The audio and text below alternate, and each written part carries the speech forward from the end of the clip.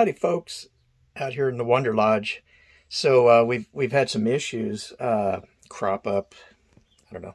I mean, they're not sure if they're real issues yet. But real quick, we were at Grove Campground last week as we went to leave, and we'd seen this a couple of times building to this. But the when you start the engine, you get the light that says check transmission.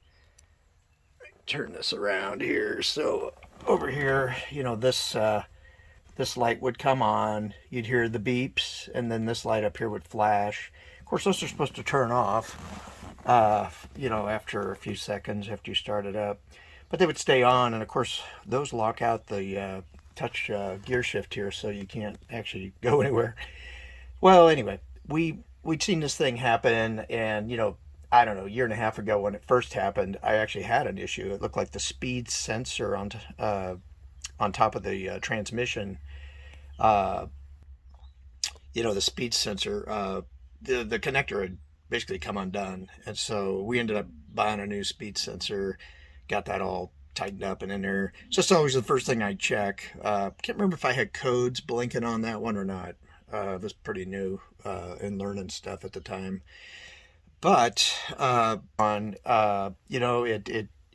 wouldn't go off. Well, actually, when we left Grove, at the end of building air, it finally went off. Okay, so then we put it in gear and left, and then we noticed we were in limp mode, and we were only able to go like 25 miles an hour. So we pulled off right away, and then we turned the engine off and on, and that seemed to reset it. And we drove an hour and a half home, and everything was normal. Everything was normal with the transmission. So we get home, we research it a little bit, go to start it, that next night just to see if we still get the lights, and of course we did.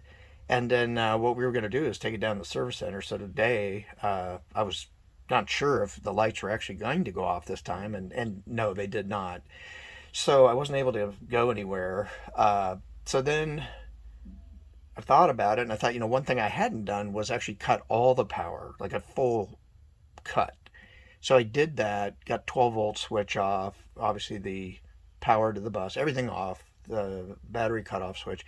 And lo and behold, come back in, turn it all on, start it, and the lights are off, and everything's like back to normal. Now that was one time. I thought I'd come out here a couple hours later, and I'm gonna just videotape it because I thought I'd put this video together for all this stuff that came up with it.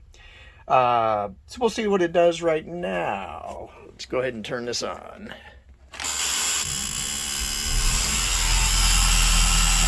And actually we got no lights at all that time. We just have the buzzer for the low air and all that ringing here. So that's good. Start number 2, no lights. That's a good indication. Sounds like we just need to drive it. So maybe we're gonna be gone tomorrow, but maybe Sunday we'll take it for a little drive, and then I think Monday we'll go ahead and take it on down to my service center because I've got some air leaks that I need some help getting addressed next. And but anyway, appreciate all the suggestions on the WOG Facebook page in particular. Everybody suggested checking the ground, and I don't know that we're out of the woods yet, but for right now it kind of feels like we are, so we'll see. Hey, back with you here to probably finish off this one series of video and discussion about the transmission alert. So over here are of course we have an Allison, not exactly sure the model, but of course this is a push button shifter, and then right here you have this check trans light, and then of course this rocker, you can check that and it'll beep out codes if there's any. Normally what happened when we were getting this check trans alert, typically when you turn the engine on, this little area right here would just beep. It'd beep red, like a red light, but it's not like a code light. It's just like beep, beep, beep.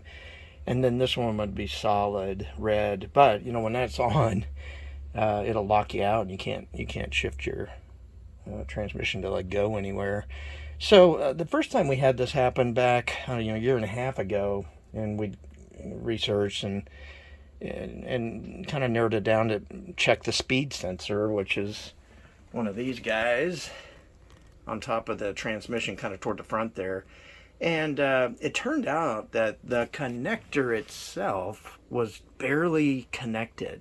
So this thing had, when we first saw this 1.5 years ago, or like 2 years ago now, it would be sort of intermittent, that this thing would come on and then it would go off, and we didn't have any issue with it. It would just come on, go off, and something we took note of. And then it started staying on longer.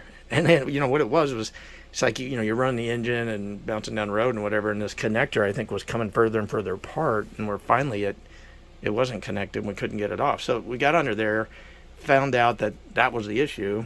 And so while we were at it, we were actually, on that particular day, we were trying to get it down to our first real mechanical service. So we got it connected up, and we went ahead and ordered one. And, back then, 2 years ago, these were $50. And when I had to ordered another one, just because I'd ordered one from this place before, and my service center was fine with me just ordering it. But anyway, it was like $240 something bucks. I think the one they'd looked up, and the place they were getting some of the parts for this service, there was like $400 something. So that's why I ended up buying it from the place I bought it.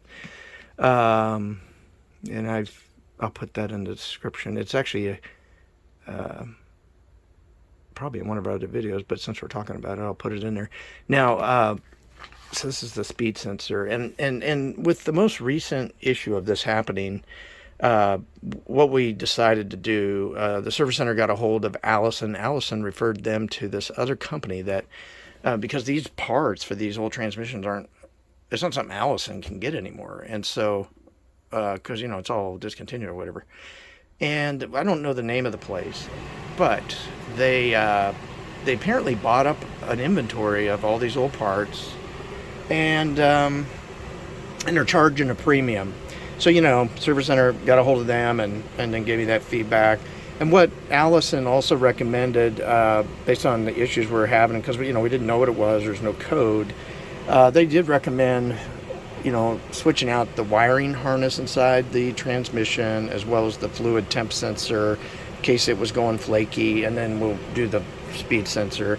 And then, again, and so we just went ahead and did all that. I mean, those parts were not cheap. The wiring harness inside was like $13, from that place charging a premium, it was like $1,300. And that fluid sensor is something unique, and it was like $800. And then this thing. Anyway, we had all that done.